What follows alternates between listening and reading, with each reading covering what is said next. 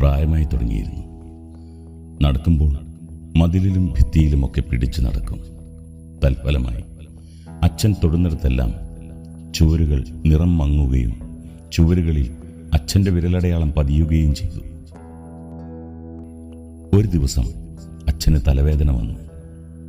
അത് അസഹ്യമായപ്പോൾ അദ്ദേഹം തലയിൽ കുറച്ച് എണ്ണ തേച്ച് സ്വയം മസാജ് ചെയ്തു. അതോടെ എണ്ണമയമുള്ള കൈ തൊട്ട് നടക്കുമ്പോൾ ചുവരുകളിൽ എണ്ണപ്പാടുകൾ പ്രത്യക്ഷമായി. ഇത് കണ്ട് ഭാര്യ എന്നോട് നിലവിളിച്ച് പറഞ്ഞു, ദേ, നടക്കുമ്പോൾ അച്ഛനോട് പറയണം ചുവരുകളിൽ തുടരുതെന്ന്. തുടർന്ന് ഞാൻ അച്ഛനോട് കയർക്കുകയും മോശമായി സംസാരിക്കുകയും ചെയ്യേണ്ടി വന്നു. അച്ഛൻ വേദനയോടെ എന്നെ നോക്കി. എൻ്റെ പെരുമാറ്റത്തിൽ എനിക്ക് ലജ്ജ തോന്നി. പക്ഷേ അച്ഛനൊന്നും പറഞ്ഞില്ല. പുറത്തു നടക്കുന്നതിനിടയിൽ അച്ഛൻ മതിലിൽ പിടിച്ച് കിതയ്ക്കുമായിരുന്നു. പിന്നെ ഒരു ദിവസം പിടിവിട്ട് താഴെ വീണു. കിടപ്പിലായ അദ്ദേഹം താമസിയാതെ ഞങ്ങളെ വിട്ടുപോയി. പിന്നീട് പലപ്പോഴും എനിക്ക് കുറ്റബോധം തോന്നി തുടങ്ങി. അച്ഛൻ്റെ ഭാവങ്ങൾ ഒരിക്കലും എനിക്ക് മറക്കാൻ കഴിഞ്ഞില്ല. താമസിയാതെ അദ്ദേഹത്തിൻ്റെ വിയോഗം എനിക്ക് കൂടുതൽ വേദനയുണ്ടാക്കി. കുറച്ചു കാലത്തിന് ശേഷം വീട് പെയിന്റ് ചെയ്യണമെന്ന് ഞങ്ങൾ ആഗ്രഹിച്ചു.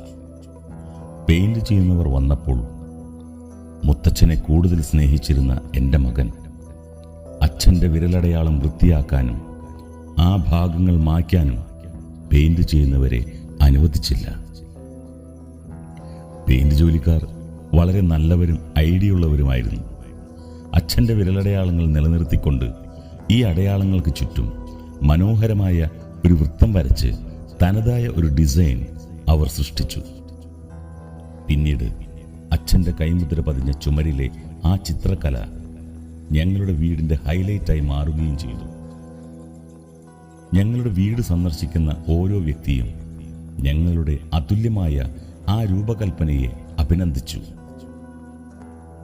കാലം ചെല്ലുന്തോറും എനിക്കും വയസ്സായി. ഇപ്പോൾ എനിക്ക് നടക്കാൻ മതിലിൻ്റെ താങ്ങ് ആവശ്യമായിരിക്കുന്നു. ഒരു ദിവസം നടക്കുമ്പോൾ അച്ഛനോടുള്ള എൻ്റെ ആ കയർത്ത വാക്കുകൾ പെട്ടെന്ന് എൻ്റെ ഓർമ്മയിലേക്ക് വന്നു.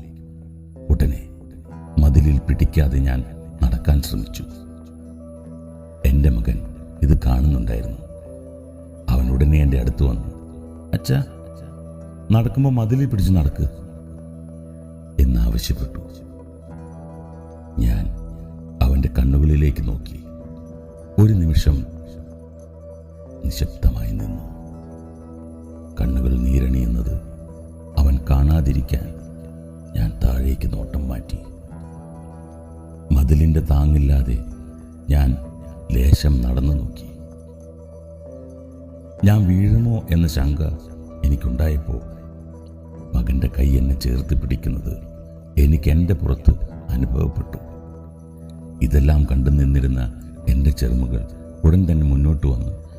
മുത്തച്ഛ, ദേ, എൻ്റെ തോളിൽ കൈ പിടിച്ച് നടക്ക് എന്ന് സ്നേഹപൂർവം എന്നോട് ആവശ്യപ്പെട്ടു. ഞാൻ ഏതാണ്ട് നിശബ്ദമായി ഉള്ളിൽ കരയാൻ തുടങ്ങി. എൻ്റെ പിതാവിന് വേണ്ടി ഞാനും ഇതൊക്കെ ചെയ്തിരുന്നെങ്കിൽ അദ്ദേഹം കുറെ നാൾ കൂടി ഞങ്ങളോടൊപ്പം ജീവിക്കുമായിരുന്നുവെന്ന് എനിക്ക് തോന്നി. കൊച്ചുമകൾ എന്നെ അകത്തേക്ക് കൂട്ടിക്കൊണ്ടുപോയി സോഫയിലിരുത്തി. എന്നിട്ട് എനിക്ക് കാണിച്ചു തരാൻ അവളുടെ ഡ്രോയിങ് ബുക്ക് എടുത്തു. ടീച്ചർ അവളുടെ ഡ്രോയിങ്ങിനെ അഭിനന്ദിക്കുകയും മികച്ച അഭിപ്രായങ്ങൾ നൽകുകയും ചെയ്തിരിക്കുന്നത് ഞാൻ അതിൽ കണ്ടു. ഞങ്ങളുടെ വീടിൻ്റെ ചുവരുകളിലെ അച്ഛൻ്റെ കൈമുദ്രയായിരുന്നു അവൾ ബുക്കിൽ വരച്ച രേഖാചിത്രം.